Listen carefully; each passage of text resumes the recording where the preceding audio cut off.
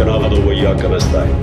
میرے پاکستانیوں، جب تک یہ میرے الفاظ آپ تک پہنچیں گے مجھے ایک ناجائز کیس کے اندر بند کر دیا۔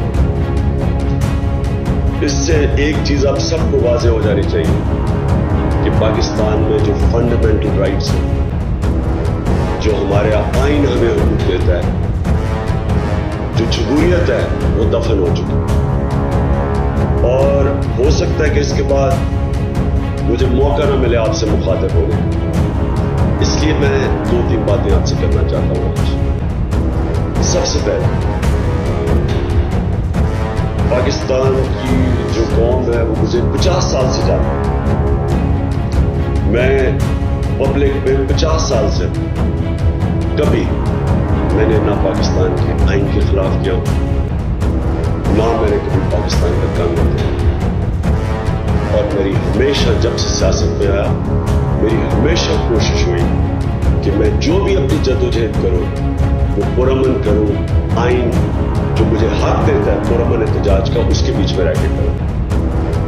آج یہ جو کیا جا رہا ہے یہ اس لیے نہیں کیا جا رہا کہ میں نے کوئی قانون توڑا، یہ صرف اس لیے کیا جا رہا ہے کہ یہ چاہتے ہیں کہ میں جو حقیقی آزادی کی تحریک ہے اس سے پیچھے ہٹوں، اور یہ اس لیے کیا جا رہا ہے کہ یہ کرپٹ چوروں کا ٹولہ، امپورٹڈ حکومت جو ہمارے اوپر مسلط کی گئی ہے، یہ چاہتے ہیں کہ میں اس کو قبول کروں۔ میں آج آپ سب سے اپیل کر رہا ہوں کہ آپ کو اپنے حقوق کے لیے، اپنی حقیقی آزادی کے لیے سب کو نکلنا پڑے گا۔